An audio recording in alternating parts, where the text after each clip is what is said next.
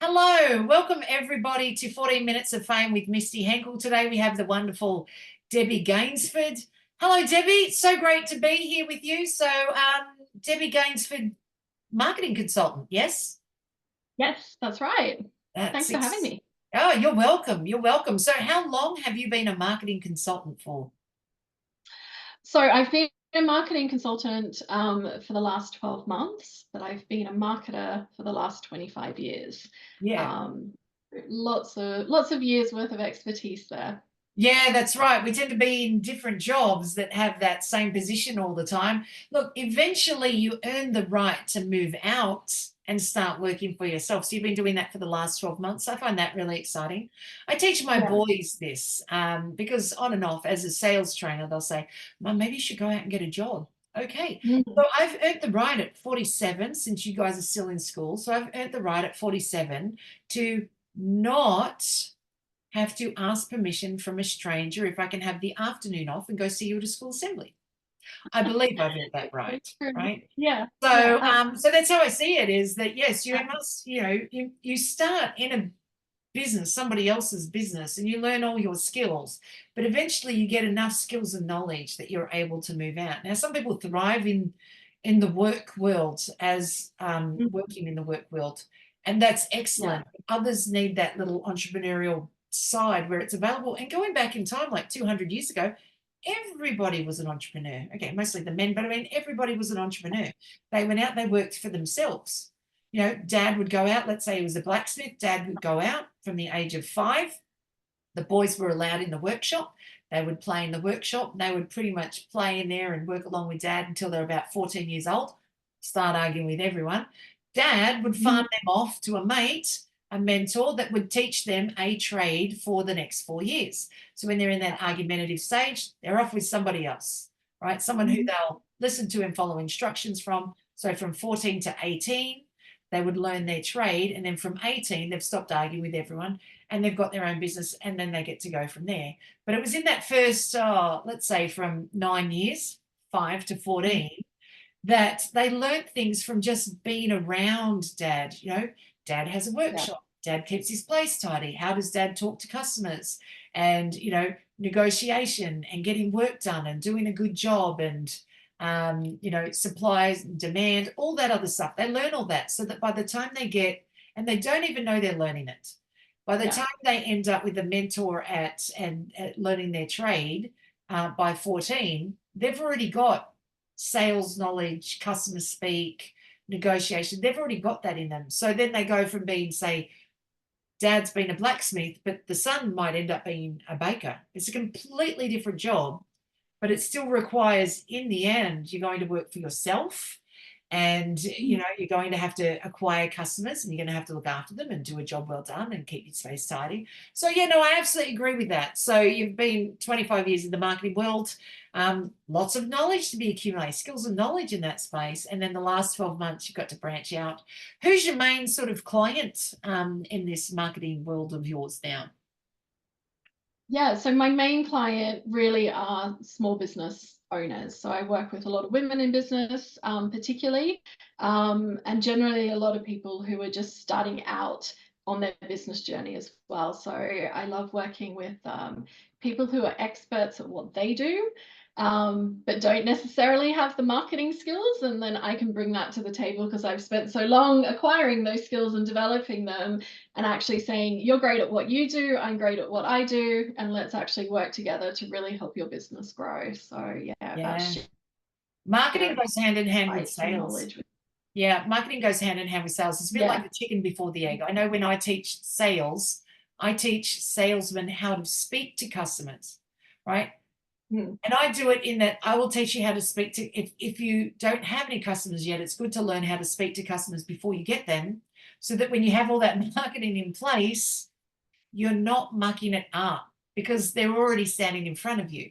Now, it can go the other way, that you get all the marketing put in place and then the customers turn up in front of you, but they're the wrong ones because they're not buying, right? And they don't understand, and they don't understand prices, and they don't understand this, and they don't understand that. Truthfully, is the salesman mucked it up. in that the customer was in front of them, product and service sold itself to the customer, and then the salesman got something wrong in the way that they speak. But I can teach people the sales stuff all day long. If you don't have you don't end up with the marketing, you'll have no one to practice selling to, right? Or no one to practice on, or just no one to sell to. So you need to have both of them in place as well. So marketing is really lead generation stuff by you, isn't it? Lead generation and, customer engagement, keeping, the customers that you have. A lot of people focus on marketing from a lead gen perspective. That's obviously important, especially if you're starting out and growing. But actually, maintaining those existing customers that you have is just as important, if not more so important. I think the stat from a few years ago was, for every customer you lose, you have to bring in 3 more new customers, to make that difference up. And, if you're not looking after your existing customer base, you're constantly just, sort of trying to climb and like bring more and more customers in. So actually looking at your entire like customer journey holistically is super important. Yeah, I agree. I mean, with customers, if I use Pink as the example, right? Pink gets out into the world and she sings. And Yeah, those that love her buy her CDs, and they're the first ones to go buy the concert tickets, right? And all she has to do is sell to the existing customers, the one that bought her CDs. And yeah, then we go to the concert, go away going, oh my God, she was amazing. And yeah, then we will sell the idea to the next group of people. She doesn't have to work that hard because she only has to sell to the initial database, and then that's we right. will on sell for her. And there is a system in sales where there's a small group that buy directly from the salesman because they believe in the salesman. The next group buy from the people who bought from the salesman because they believe in what that person says about the product. The next group buys from the majority of people that bought simply because, well, I don't want to be the last one to have it. And then you have the laggards at the end, the ones that buy simply because, well, my Nokia 360, the battery has died completely, and there's no way to upgrade it in any way. There is no spare parts, and I dropped it on the ground, and now the case is broken. I'm going to have to get an iPhone. Like, there's no choice. It's like, I don't want any of this. There's no choice. I remember when my dad ended up with an iPhone. He just wanted a phone. He didn't want one that did all this Yeah, stuff. But by the time he had retired, he'd be sitting there doing Sudokus and word puzzles and and then saying, oh, no, it's really good. He let me show you. All right, Dad, you yeah, show me how to use it. But he was a laggard because he didn't want any of that. I didn't want a camera in a phone. I just want a phone. no, I want all this extra stuff. But I took the email. I like that. But yeah, now cameras, I like taking pictures with an actual camera, but it seemed like such a waste to carry 2 things around. But now because of the video camera, it's defunct a lot of that other, video stuff that we do. So, and it's so easy and easy to upload. So as a result, also interesting now that, and it's something that like I've been reading a lot about over the past couple of years and seeing mentioned, is that people are going back around to that loop again. They want that early stage like Nokia brick phone that literally does nothing except take a call and because send some wouldn't that text be messages. handy? We can't be distracted. Yeah, they want to be switched off and not have to like have like the millions of other distractions and always be on. So yeah, I think that's part of it too, right? When you talk about sales and marketing, is understanding like the psychology and the cycle and the decisions that those Yeah, people are making, why they're making them. So yeah, yeah. it'll be interesting how many of us end up back with like more of like that early stage brick phone and just back to sending text messages without everything else. Yeah.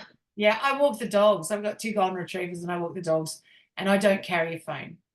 No, And because I know that if somebody calls, I can't answer it because the dogs will be distracted. If I put on music, they know that I'm distracted because I'm listening to music, and they run off. Like they literally just leave the world and then they're gone. And then, and because they're like, she's not paying any attention. Let's come back in a couple of yeah. hours' time. Let's find a pool and go swimming. And then they come back covered in prickles, in mud and debris. And it's hours later.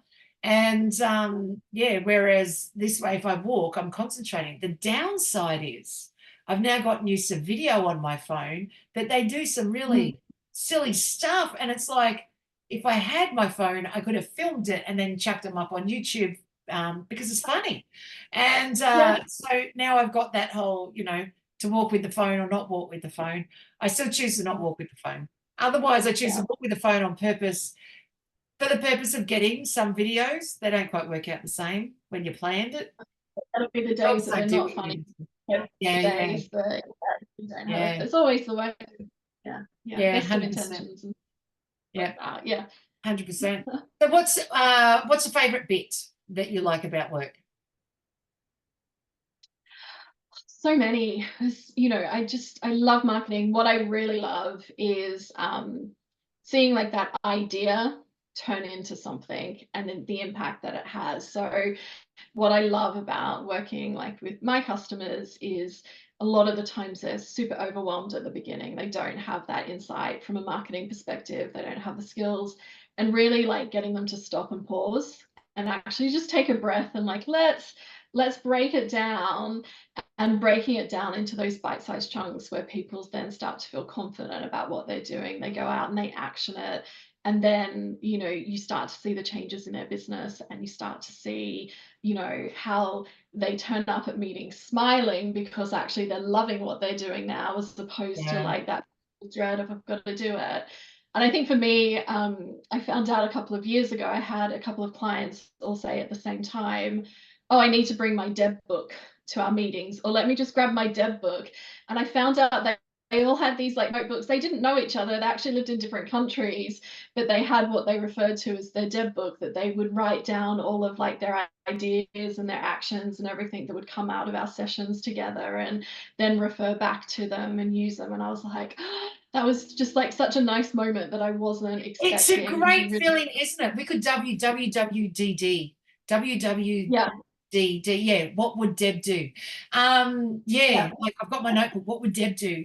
Like, and then do it. I get the I same. have a friend of mine that says that to me all the time. She's like, I always think like, what would Deb do? And then I'm like, and then they go off and do that. So Yeah. yeah, yeah, I love So it. Yeah, it's I really get that too, where someone will say, oh my God, Missy, I have to tell you this sales story. Like, I have to tell you, I was at this place and then I was chatting to someone. They asked this question and I was amazing, but it was like you were sitting on my shoulder and you were in my ear going, yeah, just keep going.